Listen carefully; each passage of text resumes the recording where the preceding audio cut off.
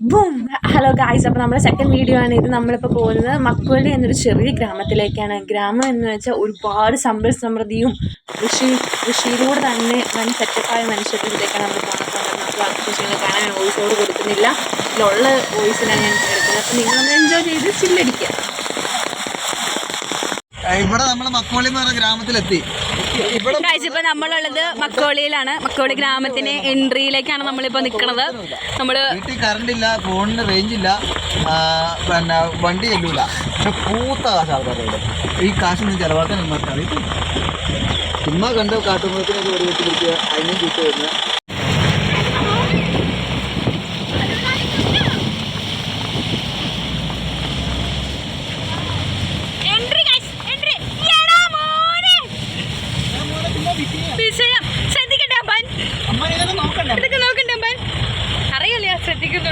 ശ്രദ്ധിക്കുന്നുണ്ടെന്നാ അങ്ങനെ പറ.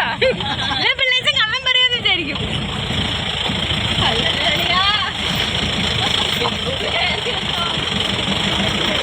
അങ്ങനെ കുണുങ്ങി കുണുങ്ങി അങ്ങനെ കുണുങ്ങി കുണുങ്ങി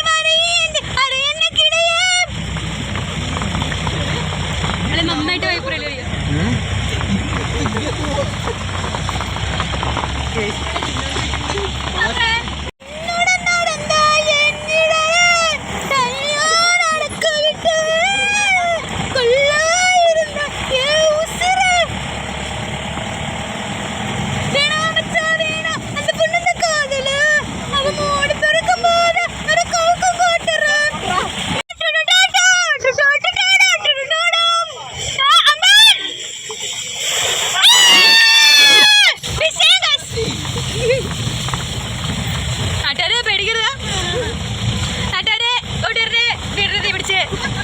തൊട്ടപ്പുറം ഞാൻ കൈ ഓർമ്മ അങ്ങോട്ട്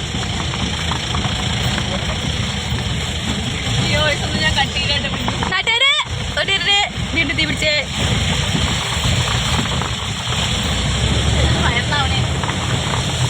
വയറിലായി കഴിഞ്ഞ് കഴിഞ്ഞാൽ നീ എനിക്ക് എന്ത് തരും.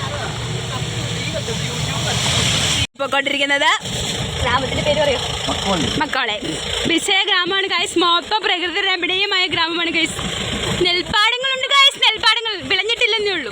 ആ കണക്ക് നെൽപ്പാടങ്ങൾ. അവർ കൃഷി തുടങ്ങിയിട്ടില്ലെന്ന് തോന്നുന്നു ഗൈസ്. തരിശുഭൂമി എന്ന് തോന്നുന്നു ഗൈസ്. അവര് വിള പിറക്കാത്തതാണ്. കാശുകാരാണ് ഗൈസ്. ഗ്രാമമാണെങ്കിലും ഇവര് നല്ല പൈസക്കാരാ ഗൈസ്. ഗ്രാമവാസി എല്ലാരും പൂത്ത കാശെന്ന് പറഞ്ഞ് നാളെ എക്സൈസ് അല്ല മറ്റേവര് ഇൻകം ടാക്സ് റൈഡിന് പറഞ്ഞേ. ഇങ്ങനെ പ്രാഗാവോടാ മനുഷ്യന്മാരെ.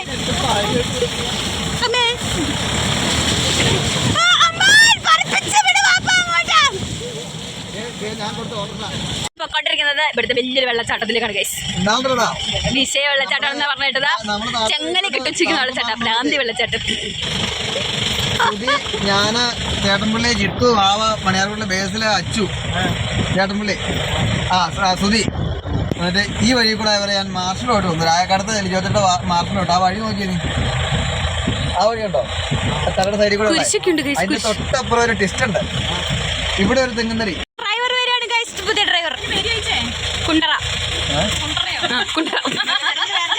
വെള്ളച്ചാട്ടം. അല്ല നിനക്ക് വേറെ എന്തെങ്കിലും വേണേ പേര് കിട്ടും. അളിയൻ അളിയൻ പൊങ്ങു അളിയോ അളിയോ പൊങ്ങി അളിയോ അളിയൻ ഇത് എവിടെ ഏതൊക്കെ ഇറങ്ങി പിടിച്ചോ നിങ്ങള്?